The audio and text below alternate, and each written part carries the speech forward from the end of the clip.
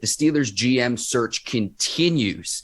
And so this comes on, just before the eve. We're 1 day away from the start of the NFL Combine. Everyone knows Kevin Colbert's set to step down after this year's draft. But I think the theme to me with the Steelers this offseason is no stone left unturned, because you look at the number of candidates that they've interviewed for the GM position. You've got Omar, Khan, and Brandon Hunt internally. You've got Morocco Brown, Rand Carthwell, Ryan Cowden, Ed Dodds, Joe Hortiz, Dan Morgan, John Spytek, Andy Weddle, John Wojciechowski, and JoJo Wooden. And so the Steelers, again, no stone left unturned. It's a new era of Steelers football. It's not just Big Ben, but there's going to be a new GM come May as well. And so they've interviewed even more candidates since the last time we've talked about this, Ike. And that's something that's going to continue on and on and on, really, as we get closer and closer to May. Yeah, they're going to take their time. It's going to be very thorough. It's going to be some good background checks. It's going to be a whole lot of talking between Coach T, Kevin Colbert, and Mr. Roney. It's just to still await. When you're trying to get a successor for the great Kevin Colbert, who I think in my mind will be a future Hall of Fame, especially as a general manager, man, that's just tough. That's just tough to replace. So they want to do everything in their mind as possible to try to find a guy something equivalent or close to Kevin Colbert. But you talk about a Kevin Colbert, the GM right now for the Pittsburgh Steelers, Mark. You talk about a guy, man, who's from Pittsburgh. You talk about a guy who understands the physicality because he was one of the best hockey players in the city of Pittsburgh. You talk about a guy who grew up on the 70s Steelers. You talk about a guy who understands what it is to be a Steeler. You talk about a guy who grew up under Bill Nunn, the great Bill Nunn, who's in the Hall of Fame. So when we talk about this, yeah, they're going to have to take their time. They're going to have to do it early. It's really going to be a gut decision. The resumes, you can throw the resumes out the building. I think in my mind, this decision is really going to be on the gut. My gut, my instincts really tell me this is our guy for this job. Because everything I just said on what it is to be a Yinzer, if you're from Pittsburgh, that was Kevin Colbert. And speaking, hang on. Speaking of someone with Pittsburgh ties, I want to know as well is I left off Louis Riddick, who played football as college football at the University of Pittsburgh, but he wasn't listed on the team's official website. I know how well connected you are to the organization.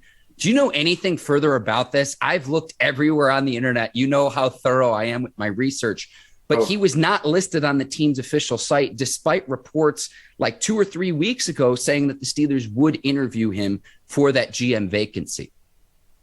Yeah, we'll see. I mean, hopefully we'll see. If he said it's on, I guess it's in the making, but we'll see, Mark. I was just confused by that as all. I was just, again, how thorough I am with my research, Ike. So it's like I was scouring the internet. I was scouring Twitter. I was looking on the team site. I was looking all over the internet on Google. And it was like, wait a second, because this is something we talked about here in the Bleav in Steelers podcast of someone who has playing experience, someone who has front office experience, someone who's very well connected as an ESPN analyst too. But he was not on, like the team will tweet out, hey, we've interviewed these candidates from these teams. And despite the earlier reports saying that the Steelers would in fact interview him, or they planned on interviewing him, that wasn't the case of who they've actually gone on and interviewed. And again, it is a lengthy list. No stone left unturned for Pittsburgh. Yeah, Steelers don't let you dictate. They dictate. So, I mean, it sounded good. Maybe it was publicity for him. Maybe he was trying to get more money on his contract. Maybe he just wanted, that on his resume. Maybe he wanted a favor from the Pittsburgh Steelers for the next go-around next year if he didn't get this job, that, hey, man, people are interviewing me. But Pittsburgh don't dictate that type of stuff.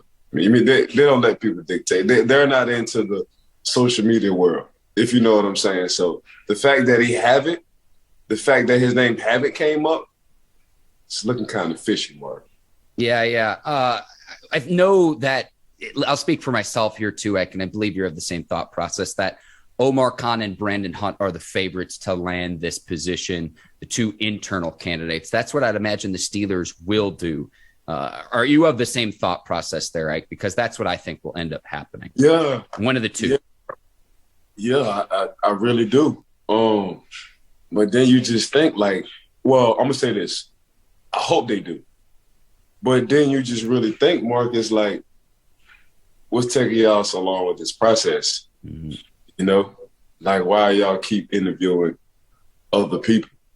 You know, so do you not like what's in-house? That's how I look at it. Because if the book was already written between B Hunt or Omar, things would have, you know, been laid on the line right now. Hey, between Omar and B Hunt, these are 2 finalists. This is where we're headed. Boom. Here we go. They're going to be successor of Kevin Colbert. But interviews after interviews after interviews after interviews after interviews and different people, it just got me sitting back like, okay, so do they really trust and Bleav in B Hunt or Omar? And here you go again, the Pittsburgh still away. They always find a way, or they always say something to be like, well, we just got to go through this process. Or I remember when I was doing my contract, they was like, yeah, Ike, this is everything you didn't do. I'm like, God damn, I just got an interception in the goddamn Super Bowl. I had an interception in the Denver Broncos game. And we in the playoffs, like, I am leading the Pittsburgh Steelers in interceptions for the playoffs. What the hell I didn't do? I feel the same way for B Hunt and Omar Khan. Well, you guys, this is what we feel like y'all need to work on and what y'all can't do right now. So that's just the old Pittsburgh negotiating way. That's what they do. But it's like, you know, you just got me pondering on why they haven't said Brandon Hunt or Omar Khan at this point in time.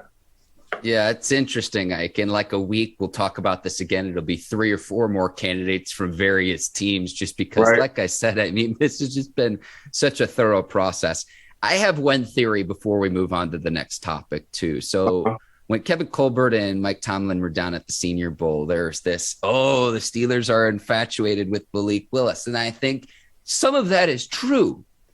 But I can't help but wonder. I'm going to float this idea out there, Ike. I know the Steelers will need a quarterback successor to Big Ben, that they're expressing their interest in Malik Willis to drive up his value, but to really do that, to go after the quarterback that they're actually interested, whether that's, say, I don't know, Ole Miss quarterback Matt Corral, one of the other young stud rookie QBs who will be coming into the league.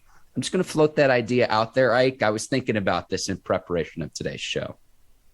Yeah, you know, Kevin Colbert, things always come when we get on this podcast. Kevin Colbert about to do what Ozzie did on his last year with the Baltimore Ravens. He's going to get him a quarterback and call it a wrap. So they ain't doing nothing but running game right now. That's all Pittsburgh doing. Since we sitting here talking about quarterbacks, the Pittsburgh Steelers will get a first-round quarterback. The same situation with the Baltimore Ravens. It's Ozzie on his last time being a GM. Now, Ozzie is still the consultant. Kevin Colbert still says he wants to be a part of the Pittsburgh Steelers, so he's going to wind up being a consultant as well. So what was the last thing they gave Ozzie? They gave Ozzie the first round, a quarterback. This is exactly what the Pittsburgh Steelers are going to do with Kevin Colbert. Big Ben has retired. Kevin Colbert drafted Big Ben. So Kevin Colbert, on his last time out, he's going to get a quarterback to be his successor. The only question is who? Because it's always smoke and mirrors when it comes down to the Pittsburgh Steelers and these draft tactics. Ike, you're destroying my dream of Aaron Rodgers in the black and gold, but that's okay. No, I'm not. You still got action. You still got time. I'm not. Listen here. I laughed at you last year, and I said, man, what the hell this dude is thinking? And then everybody talked about it after our show on a strong possibility, or if could, or, you know, Coach Tomlin and Aaron Rodgers, they flirting with each other. Mm-hmm. It's a strong possibility that Aaron Rodgers could be a Pittsburgh Steelers. I'm not putting nothing past nothing when it comes down to you and your thinking.